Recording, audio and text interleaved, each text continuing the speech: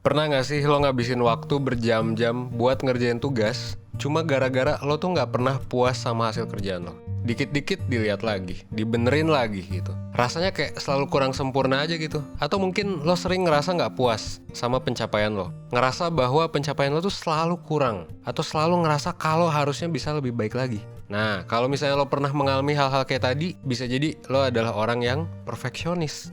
Well, sebenarnya ini bisa dikatakan wajar gitu ya, terutama di zaman sekarang. Jadi ini bukanlah hal yang nggak normal. Ini sebenarnya juga gak lepas dari perkembangan sosial media yang memudahkan kita buat ngebanding-bandingin diri kita sama orang lain. Akibatnya kita jadi menuntut diri kita buat selalu sempurna demi merasa aman dan berharga secara sosial. Sebuah riset besar pun bahkan bilang gitu, kalau misalnya orang zaman sekarang itu jauh lebih perfeksionis dibandingkan orang-orang di dekade 90-an sampai dengan 2000-an awal. Akhirnya memang gak jarang hidup kita bisa jadi ribet gitu, bisa jadi susah bahagia, atau mungkin disebelin sama orang-orang lain ketika memang dikaitkan dengan perilaku yang kurang perfect gitu, atau ketika kita menjadi perfeksionis. Nah, tapi apakah jadi perfeksionis itu sebenarnya jelek dan berdampak negatif? Atau justru sebaliknya, positif gitu?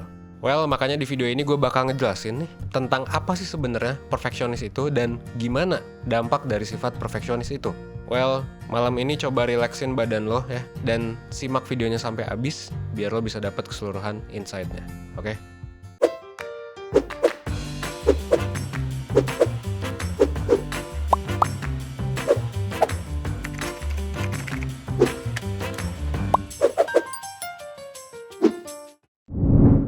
Oke, sebelumnya gue bakal ngejelasin dulu sebenarnya apa sih yang dimaksud sama perfeksionisme.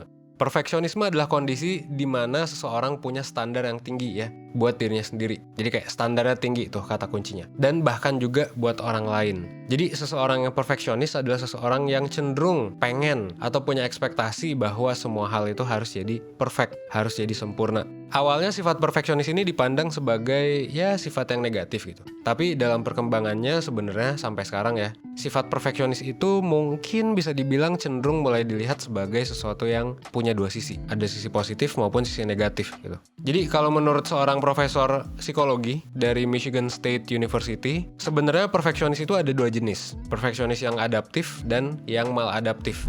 Orang-orang yang tergolong perfeksionis adaptif adalah orang-orang yang tetap bisa ngerasa puas sama pencapaiannya meskipun mereka punya standar yang tinggi. Jadi masih bisa beradaptasi lah. Biasanya mereka juga masih fleksibel dan memperbolehkan diri mereka sendiri untuk membuat kesalahan gitu. Meskipun ya mau besar ataupun kecil gitu ya. Intinya walaupun punya keinginan buat jadi perfect, buat jadi sukses, tapi orang-orang yang tergolong adaptif cenderung nggak tumbang saat melakukan kesalahan. Nah, sifat perfeksionis yang adaptif ini adalah sesuatu yang positif. Karena orang dengan sifat itu bisa jadi lebih bahagia, bisa lebih percaya diri, dan punya kontrol gitu atas perilakunya. Tapi sebaliknya, buat sifat perfeksionis yang maladaptif. Nah, ini adalah sifat perfeksionis yang punya dampak negatif lebih banyak gitu. Kenapa? Karena orang-orang dengan sifat ini biasanya ngasih diri sendiri standar tinggi yang bisa dibilang kurang realistis. Dan juga hampir gak ngebolehin diri mereka sendiri buat ngelakuin kesalahan gitu.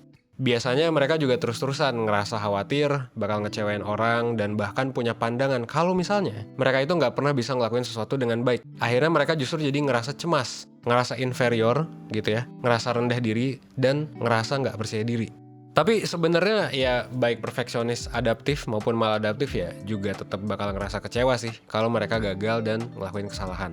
Bedanya adalah mereka yang adaptif bakal cenderung lebih cepat move on ke tugas selanjutnya. Sementara mereka yang maladaptif ya bakal cenderung lebih mengkritik diri sendiri dan terus mikirin kegagalan mereka. Makanya orang-orang dengan sifat perfeksionis yang adaptif ya biasanya lebih nggak ngerasa stres dibandingkan mereka yang maladaptif gitu. Nah, selain punya dampak yang berbeda, dua tipe perfeksionis ini juga bisa berpengaruh ke strategi coping atau strategi seseorang buat mengatasi stres. Nah, ini yang tadi coping itu mengatasi ya maksudnya. Nah, jadi kalau perfeksionis lo adaptif, lo bakal cenderung ngelakuin coping dengan cara mengubah situasi. Dan ini bagus gitu. Kenapa? Karena lo jadi punya kontrol atas situasi yang memang menyebabkan stres terhadap lo. Sementara di sisi lain, kalau orangnya perfeksionis maladaptif, mereka ya cenderung bakal fokus ke emosi di diri mereka, tapi nggak berusaha untuk mengubah situasi. Akhirnya apa? Ya akhirnya karena tidak mencoba mengubah situasi, kadang atau bahkan sering kali ya, orang dengan perfeksionis maladaptif ini bisa jadi nyerah gitu terhadap keadaan dan banyak ngeluh gitu. Dan ya nggak produktif aja gitu dalam menghadapi stres. Nah, jadi gitu sebenarnya ya. Perfeksionis ini sebenarnya bisa jadi positif atau negatif, tergantung dari jenisnya yang mana dan gimana lo menghadapinya. Pertanyaan selanjutnya adalah gimana nih caranya supaya kita bisa jadi seorang perfeksionis yang lebih positif gitu. Kalau misalnya memang kita merasa bahwa oke, gue perfeksionis nih. Nah, ada beberapa cara yang bisa lo coba sebenarnya. Pertama, coba terima aja dulu kalau misalnya diri lo memang mungkin adalah seorang perfeksionis gitu. Jadi kenapa? Soalnya hal ini sebenarnya nggak sepenuhnya bisa lo kontrol. Karena ada banyak penyebabnya. Mulai dari pengalaman atau gimana lingkungan memperlakukan lo mungkin di masa lalu gitu. Yang ngaruh ke sekarang. Nah, selain itu lo juga bisa coba untuk inget-inget kalau memang ada hal-hal yang bisa lo kendaliin dan ada juga yang enggak. Kalau udah gini lo bisa coba untuk terima kalau sebenarnya kegagalan atau ngelakuin kesalahan itu wajar gitu. Kenapa? Karena memang nggak semua hal bisa kita kendaliin, termasuk outcome-nya gitu. Jadi kalau lo selama ini mikir bahwa diri lo tuh berharga, kalau memang ya outcome-nya bisa disempurna, ada baiknya memang lo coba untuk meminimalisir pemikiran itu. Karena nggak semua hal bisa kita kontrol. Daripada fokus ya mikirin gimana caranya menghindari kesalahan yang mungkin bakal terjadi, lo bisa coba gitu alihin fokus itu ke hal yang bisa lo lakuin untuk mencapai tujuan yang lo pengen. Nah, terakhir, lo bisa tuh untuk mengembangkan mindset yang oke. Alias kalau di 1% kita bilangnya adalah growth mindset, dan juga kita punya filosofi yang namanya filosofi santuy. Nah, intinya boleh kok misalnya lo pasang target setinggi langit gitu ya. Kayak ya pasang target yang tinggi gitu kan. Ikhtiar terus untuk berusaha terus-terusan. Tapi kalau memang nggak bisa mencapai target itu ya udah gitu ya, santuy aja. Toh ya masih bisa coba lagi, masih bisa ngelakuin something lagi gitu next time. Emang sih, gak gampang ya buat mengubah mindset yang udah terlanjur menancap di diri kita. Tapi bukan berarti gak mungkin, gitu. Ya gak apa-apa, pelan-pelan aja, 1% setiap harinya. Kalau seandainya lo ngerasa bahwa lo kesulitan dan butuh bantuan. Dan gue juga mau ngasih tahu bahwa ya tenang aja gitu, bahwa lo gak sendiri. 1% di sini bakal nemenin lo juga dalam proses pembelajaran lo lewat YouTube dan berbagai layanan kita. Dan kalau misalnya lo ada sesuatu yang pengen dicurhatin, kalau misalnya lo ngerasa bahwa oke, gue butuh bantuan nih, well, kalau saran gue lo bisa coba ikut layanan konsultasi bareng mentor di 1%.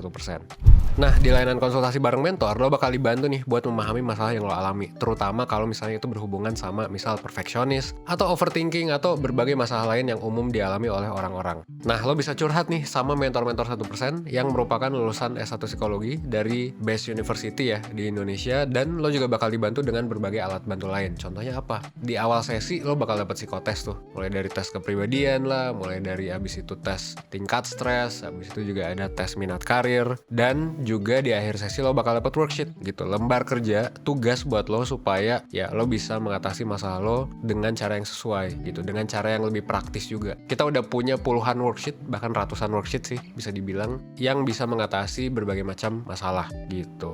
Nah, kalau misalnya lo pengen tahu lebih lanjut, nah lo bisa klik link ya yang ada di deskripsi yang udah gue tulis tuh. Atau lo juga bisa kunjungi 1%.net buat tahu info lebih lanjut tentang layanan-layanan 1% yang lainnya. Nah gitu ya. Akhir kata ya gak apa-apa kok jadi perfeksionis dan punya target yang tinggi gitu. Asalkan memang kita gak terlalu memaksakan diri kita, asalkan itu gak berdampak negatif juga gitu. Ya, semoga satu video sebelum tidur ini bisa ngebantu lo ya buat nambah insight baru dan buat ngebantu lo supaya lo bisa belajar dan berkembang seenggaknya 1% setiap harinya. Well, akhir kata gue Evan dari 1%. As always, gue tunggu lo di layanan konsultasi bareng mentor 1%. Oke? Thanks.